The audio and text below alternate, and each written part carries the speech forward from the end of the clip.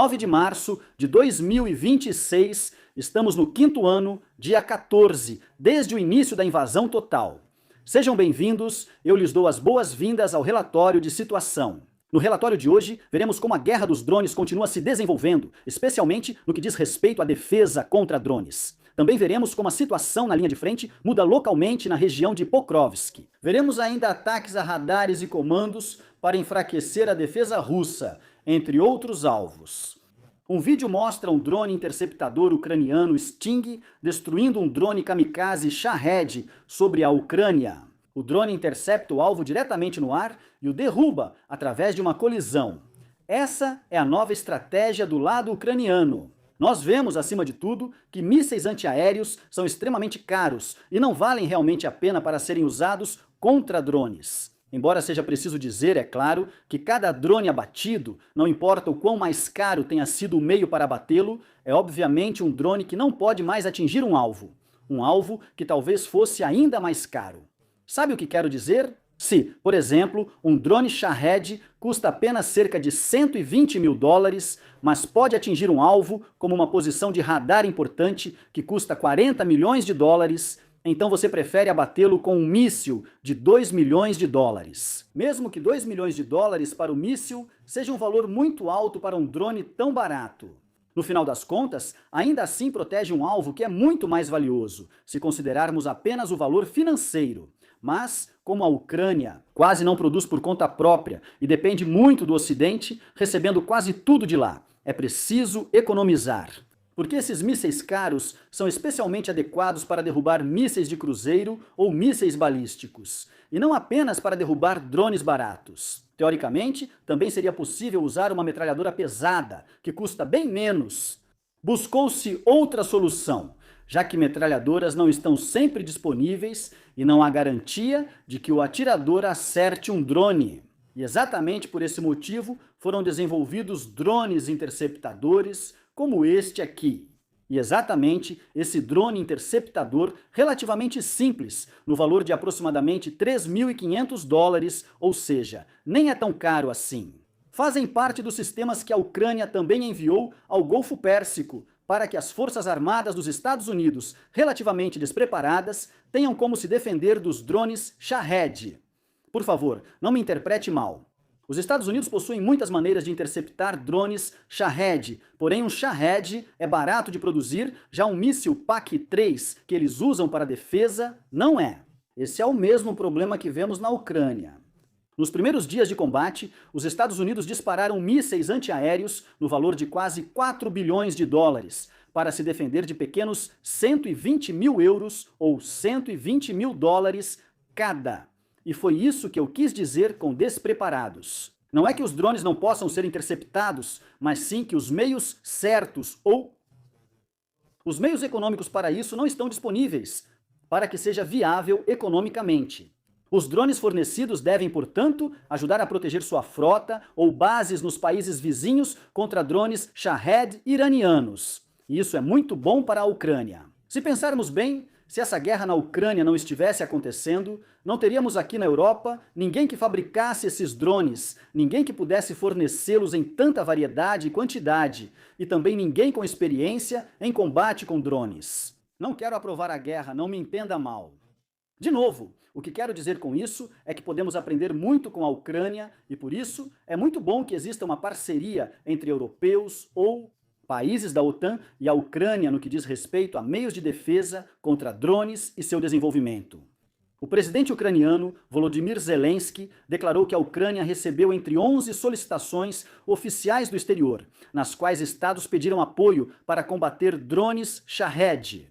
Entre esses países estão naturalmente os estados próximos ao Irã, que também foram atingidos nos últimos dias, vários países europeus e, logicamente, os Estados Unidos. O motivo é que a Ucrânia enfrenta há anos, quase diariamente, ataques desses drones kamikaze iranianos e, por isso, acumulou ampla experiência prática em sua detecção, interferência e também na interceptação, sobre a qual acabamos de falar. Portanto, não estamos nos referindo apenas à interceptação dos drones. Essa experiência envolve tanto sistemas de detecção acústica desenvolvidos na própria Ucrânia, guerra eletrônica que também foi criada e testada lá, quanto drones interceptadores de baixo custo, sobre os quais já falamos, que são usados especificamente contra esse tipo de alvo.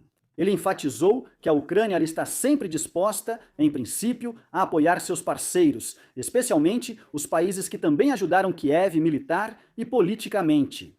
Ao mesmo tempo, é necessário garantir que esse tipo de apoio não prejudique a própria capacidade de defesa da Ucrânia. E com isso, ele quer dizer, é claro, que eles querem algo em troca, algo que não podem produzir por conta própria ou que tem disponível em quantidade muito limitada. Nós, no Ocidente, por outro lado, já possuímos, por exemplo, mísseis de defesa antiaérea, dos quais a Ucrânia depende fortemente, repetidas vezes. O propagandista russo Z, Maxim Kalashnikov, está cada vez mais preocupado com os ataques flamingo-ucranianos. Em um comentário, ele explicou que esses ataques agora já alcançam várias regiões da República. Aliás, isso fica lá atrás. Na avaliação dele, isso é um claro sinal de alerta para a Rússia, já que agora podem ser atingidas regiões que ficam bem no interior do país e que antes eram consideradas relativamente seguras e inacessíveis. O aumento desses ataques, segundo ele, mostra que os sistemas ucranianos avançam cada vez mais no território russo. E principalmente o Flamingo, que nas primeiras tentativas foi interceptado, como vimos, mas agora também consegue avançar cada vez mais para o interior do território russo. Há mais de um ano, combates com intensidade variável vêm ocorrendo a oeste de Pokrovsk, na região de Budachne. Nesse período, os russos que atacam ali conseguiram a 15ª Russa, a Brigada de Fuzileiros Motorizados, que já está lá há um ano, apoiada por vários batalhões de assalto e regimentos de fuzileiros territoriais, conseguiu avançar lentamente a linha de frente 1 a 2 quilômetros para o norte, e isso em 12 meses. Nos últimos dias, houve um avanço bastante interessante nesse setor. Após meses de combates, tropas de assalto russas conseguiram tomar permanentemente o controle das ruínas da mina Pokrovsk, que também fica na localidade. Durante isso, forças ucranianas, ou seja, elementos da 2ª Companhia do 3º Batalhão do 425º, o Regimento de Assalto Scala e unidades do 4º Regimento Ranger foram expulsos da área. Os combates diretos pelo complexo industrial já haviam começado em outubro de 2025 e agora são considerados encerrados devido a uma vitória russa. Nas áreas próximas a Budachne, a situação quase não mudou. Na área sob responsabilidade da 3ª Brigada da Guarda Nacional Spartan, partes do 2º Batalhão Operacional continuam mantendo suas posições. Ao norte de Kotlin, unidades do 2º Batalhão da 152ª AIM. Brigada de Caçadores mantém posições na trincheira Matyushinja, ainda disputada nos últimos dias. A Força Aérea Ucraniana confirmou a morte de Oleksandr Dorfat, comandante da 39ª Brigada de Aviação Tática e também condecorado com o título de Herói da Ucrânia, morreu hoje durante uma missão em um combate aéreo. Um dos pilotos mais experientes das forças aéreas ucranianas, ele realizou centenas de missões de combate desde o início da invasão russa. Ele participou, entre outras coisas, das operações aéreas para defender as regiões de Kiev, Kharkiv e Kherson no início da guerra. Ele também participou dos combates pela Ilha das Cobras, que nos primeiros meses da guerra desempenhou um papel importante na luta pelo controle do noroeste do Mar Negro. Com sua morte, a Força Aérea Ucraniana perdeu um comandante e piloto de combate experiente, atuante nas missões desde o início da guerra. Sua carreira é representativa de muitos pilotos ucranianos que desde 2022 estão praticamente em serviço contínuo. Forças especiais ucranianas atacaram radares russos na Crimeia e um posto de comando em Donetsk. Segundo informações ucranianas, foram destruídos os seguintes sistemas: um radar do tipo 5N80 e 4A, um radar Nebu-U, que é extremamente caro e raro, além de 2 outros sistemas de radar que estavam dentro de um radome na ocupada Evpatória. Um elemento de um posto de comando russo em Donetsk também foi atingido. A destruição desses sistemas de radar é especialmente relevante no contexto da guerra aérea sobre a Crimeia, pois eles fazem parte da estrutura russa de alerta precoce e defesa antiaérea. Quando esses sensores falham, há falhas na identificação de alvos, facilitando ataques ucranianos com drones e mísseis de cruzeiro.